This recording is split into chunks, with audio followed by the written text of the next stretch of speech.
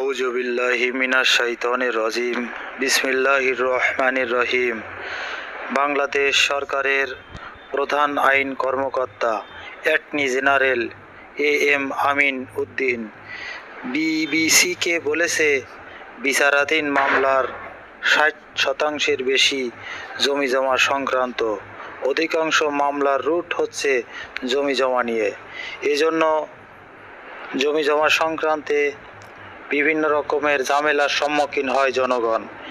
এজন্য জমিজমা সংক্রান্তে কিছু কথা বলবো।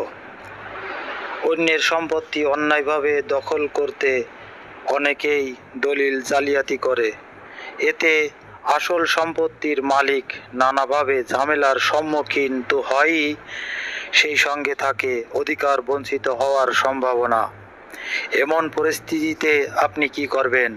চলুন তা জেনে নেই আজকের আয়োজনে। জাল দলিল সাধারণত আসল দলিলের সঙ্গে মিল রেখে পুরা কপি করা হয়ে থাকে। মূল দলিল ঘষা মাজা কিংবা ওভার রাইটিং করে দাতা বা গ্রহীতার নাম, দাগ নম্বর বা খতিয়ান নম্বর বা সৌহদ্দি পরিবর্তন করেও দলিলটি জাল হতে পারে। দলিলে সাধারণত ঘষা মাজা বা ওভার রাইটিং গ্রহণযোগ্য হয় না। এই জন্য ধোঁকাবাজেরা নেই বিশেষ প্রযুক্তির ব্যবহার, যাতে ভালো করে না খেয়াল করলে এই জাল দলিলের আসল দলিলের মতোই মনে হবে। এছাড়াও অফিসের সিল এবং সাব রেজিস্ট্রারের স্বাক্ষর জাল করেও জাল দলিল তৈরি করা হয়।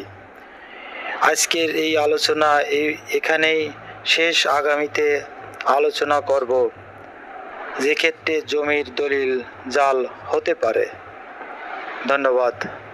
আসসালামু আলাইকুম ওয়া রাহমাতুল্লাহি ওয়া বারাকাতুহু।